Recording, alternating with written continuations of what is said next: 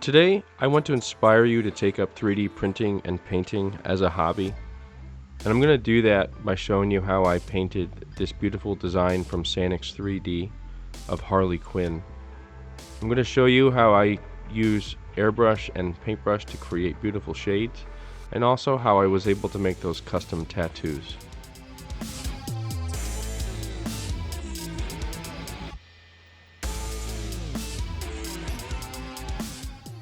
We're going to change things up a little bit today by looking at how I actually started priming my prints lately.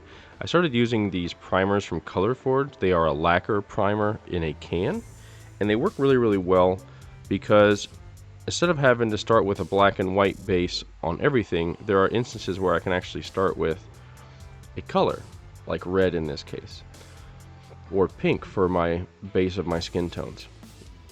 So what I'm doing here with the red pants is I'm just adding some highlights. So we actually use the primer as a shadow tone, and then I sprayed on the highlights in that blood red by Ionic. The next up, what we're going to do is the same exact color but over top of the pink that we primered this torso piece, and we're just focusing on the areas that we're going to make red. And I'm not worried about overspray because, as you can see, I'm actually spraying red around the shadow areas of the skin as well, which works really well as a pre-shading technique, but it's not necessary, but it does help if you want to add some subtle contrast. Now, I've been using a new flesh combination for quite some time now with the new Ionic set, and I'm using Imperial Flesh to start over top of the pink.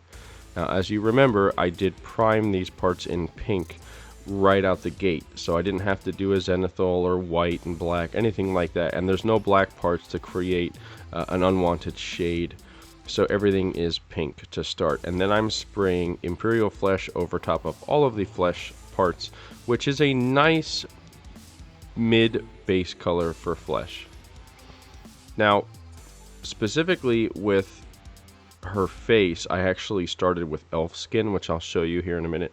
But you can see how I'm adding some other highlights, and I'm using elf skin to create highlights, which is another Ionic color, because Imperial Flesh is a very good base color, but it's got plenty of yellow in it, so I want to add in some other shades. And you'll see we're going to do the shadow tone here, which is a mix of tan flesh and dwarf skin. It kind of gives it like a darker hue, but it also adds a little bit of peach color to it, so it kind of looks like a nice natural shadow. And we're just spraying this from an airbrush in all of these shadowed areas or recessed areas, like here on her chest, but we're also going to be adding that like underneath her arms, so we're going to show plenty of contrast. Now, you might think that you need to add multiple layers to create the amount of contrast you want, and that is absolutely the case. You're going to want to add multiple layers to get the shades that you want. And here you can see I'm spraying that elf skin over top of her face, and I'm trying to show you, although I didn't do it very well, that I'm trying to spray the elf skin from above, so we actually create a nice shadow tone. And here you can see a better rendition of it, where I'm spraying from where the light would be shining down. So for those of you that understand what a zenithal technique, you will recognize this spray pattern, because I'm essentially doing a zenithal technique, but in a focused way, especially here on her chest, so I don't create a lot of overspray. And it's called a post shading technique. For those of you that don't know what a zenithal is, it's simply creating highlights and shadows based on a light source that's above the character, similar to like the sun. Now, I sprayed vampire skin over top of her face to make it really white. So the next step here though is do some blue, and I want to do like some makeup, so I'm breaking out my Infinity, which will do much tighter spray pattern versus my Procon Boy that I use for most of my base coating. And you can see what I'm doing is I'm just trying to spray in around the eyes, and then we're going to kind of do this thing that she does along the side of her cheek, and we're doing it in blue and pink, and that will match her hair as well. And this is where it's really important to have a very fine airbrush if you're going to do this technique, where you're going to add makeup around the eyes.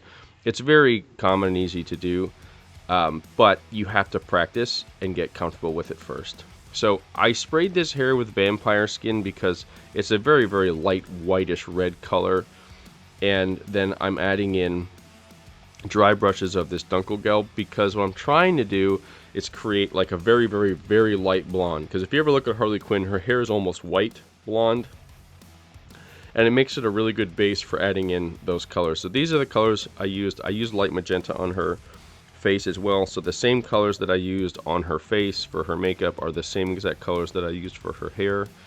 And what I'm doing is spraying them down from below to kind of create like a highlight look.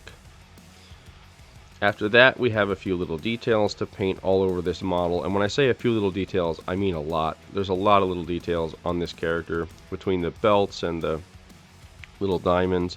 And I started painting with a brush, and then I was like, I want to try out these black AK paint markers, but they're actually, I really struggle to call them a marker because they're more of a brush, because they actually have a brush tip on them. And I used these to paint the majority of the black details, including the fishnets here, as you'll see. So you have a fine enough tip to paint these fishnets. And I will say, for detail painting for long periods, or for a lot of like repetitive stuff like this black, those AK play markers are just incredible.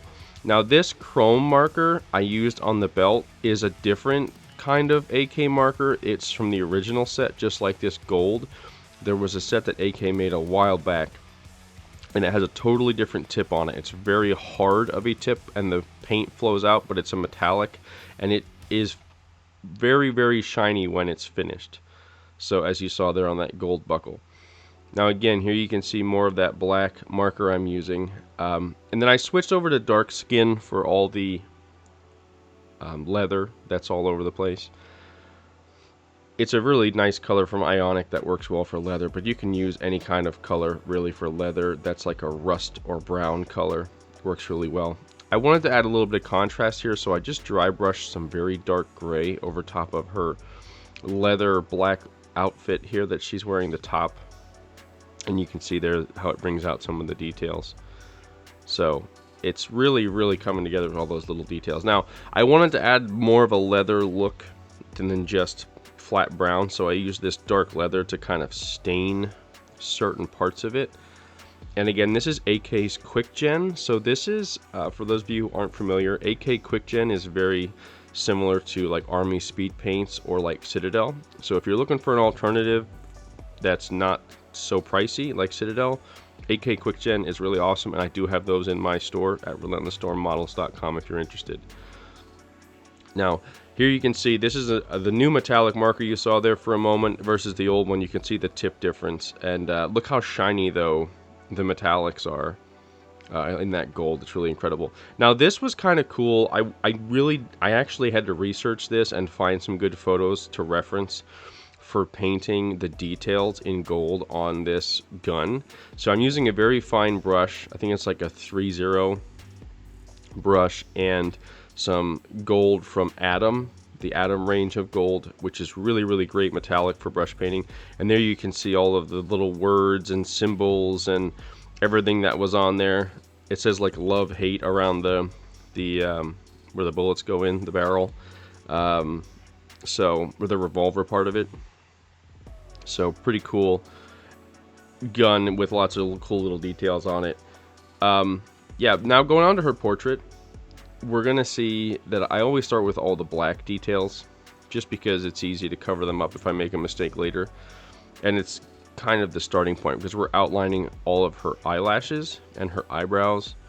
It just makes things so much easier to kind of have the lines drawn, if you will, for the rest of it.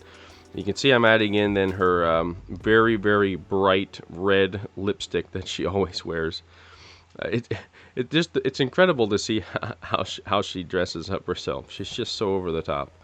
But that makes sense because she's nuts. So that being said, you can see now I'm putting in some like very, very light pink around like the bottom of her eyes, and in like where her tear glands are, like the corner of the eyes is really important. To add that pinkish detail in there. It adds some realism to it.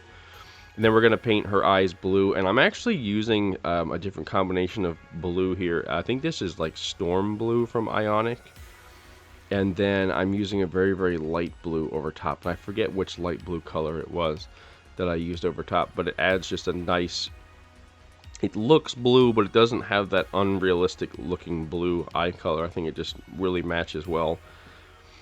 And then painting in her pupils. And I put little tiny white dots in there to act like a reflection, to make it look like, you know, we're getting that light reflecting off of her eyes. And I think it really sells the realism of it. And then putting in gloss over top of her eyes and lips before I start adding all the decals. Now these decals I printed on printer paper that you can just buy on Amazon. And I'm using Mr. Mark's softer and setter to put these in place, and you can see how they go into place. I just use a Q-tip to kind of put them in place and dry them out, and you can see it has so many little decals all over the place. And don't worry about the silvering, it goes away. Now I just want to take a moment to say, if you like what you see and you like some of these other models that you're seeing in the background, I highly recommend that you subscribe to my channel so you can see all the cool content that I have. You'll also want to check out my Patreon if you want to see more frequent updates than what you're getting here on YouTube. I update almost every day, build techniques and ideas, and I've even started live streaming because I've had folks ask me to do live streaming. If you're interested in getting some of these models to get started, maybe you're new to it and you just want to try it out before you actually get a printer or something, go to my website at relentlessstormmodels.com. You can bundle and save 25% by buying a DIY kit. It's a do-it-yourself kit where you paint it and then you get 25% off all your paint that you buy with that kit. And then in addition to that, if you just want to add a collection, add a piece to your collection, I'll be happy to paint one for you. But if you want any kind of high quality paint products, I have them in my store. And if you're looking for anything that's not there, just reach out to me and I'll be happy to help you out with that. So one last thing on that though, I added a subscription service for those of you that maybe just want to get a model every month to print and paint. I have a subscription service. I'll print you one every month and give you some paint to get started to help grow your collection. And it's at a discounted rate versus the typical rate for getting one. So just FYI on that if you're interested. So moving on to this base, which I know for those of you who have watched me do this forever, I usually do the base first for you guys, but I figured we'll do it differently this time.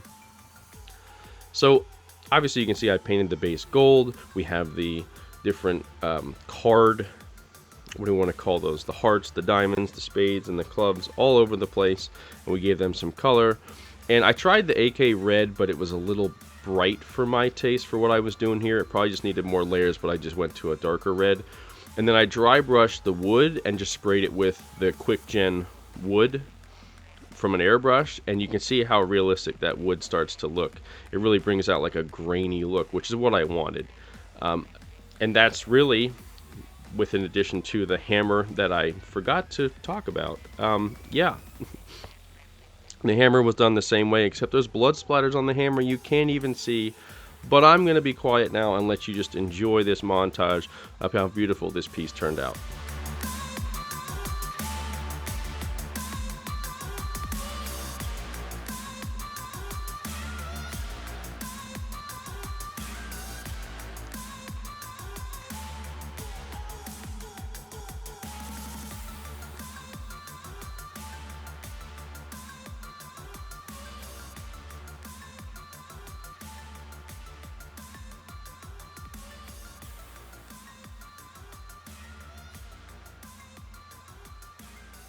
I want to take a moment to say thank you to my patrons that support my work. If you're interested in some exclusive content, including daily vlogs and how-to videos, so you can get better at this hobby, head on over to my Patreon where you can get exclusive access to extra content.